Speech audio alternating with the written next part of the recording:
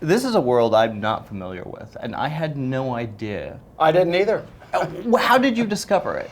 Well, I was living in Florence in 1996, and I wondered how, in the face of the most destructive conflict in history, a war that claimed 65 million lives, so many of the works of art survive, and who are the people that saved it? And I didn't know the answer, and I wasn't embarrassed about that, but the idea that it never occurred to me to ask or wonder, I was embarrassed about. And I started asking all my friends, and they shrugged their shoulders and said, I don't know, what's the answer? It's a great question.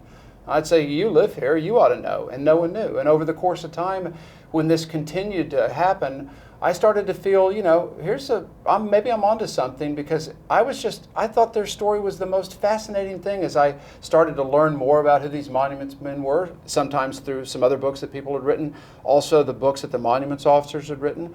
But my passion was to tell their story, their personal experience, and it really required finding these letters home during the war to get into what they were thinking to go do something like this. How many guys? Just a few guys? It's just a handful. Just a handful of guys? We have 40 some odd monuments officers that served in Italy. Imagine with all the churches and museums. That's a story I tell in my last book, Saving Italy, which is a New York Times bestseller out this past May. In Monuments Men, which focuses on what took place in Northern Europe, there were about 60 or 70 as the war's coming to a close that are in the field, but there are only about a dozen or less near the front lines charged with the responsibility of trying to find these hundreds of thousands of looted works of art, museum masterpieces, library books, church bells, stained glass that Hitler and the Nazis had stolen and hidden in salt mines and caves and castles. It's a fascinating story because it's an uplifting story about World War II and the power of people that are committed to do something noble. When you went in saying, okay, this is going to be made into a movie,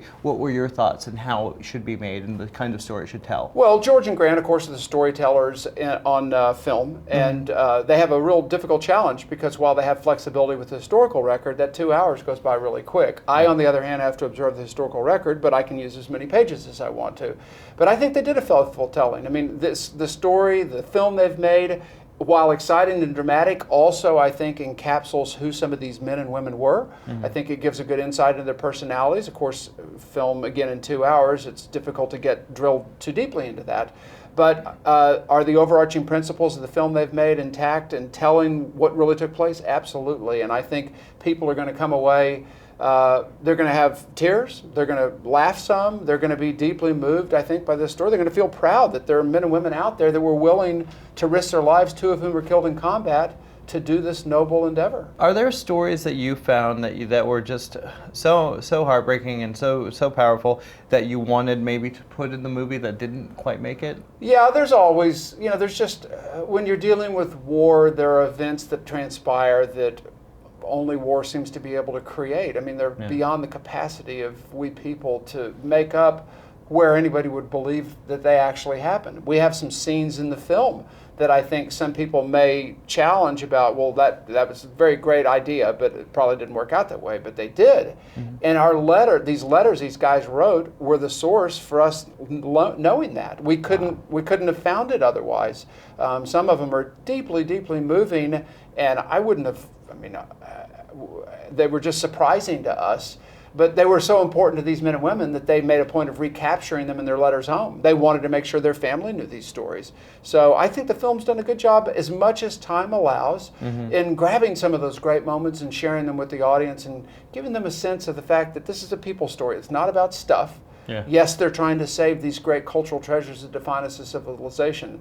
But who are these men and women? Why would they do something like this? Why would they risk their lives? And that's what this film, I think, does a great job conveying. Recently, they found more art that's been missing. It's shockingly relevant. Yeah, no, it is. This is a contemporary story. It's not a history story. The story about what took place during World War II is really giving the audiences, if you will, kind of a secret decoder ring to understand that these discoveries that are being made today are the rest of the story. They're the final chapter of World War II history that we're still writing today.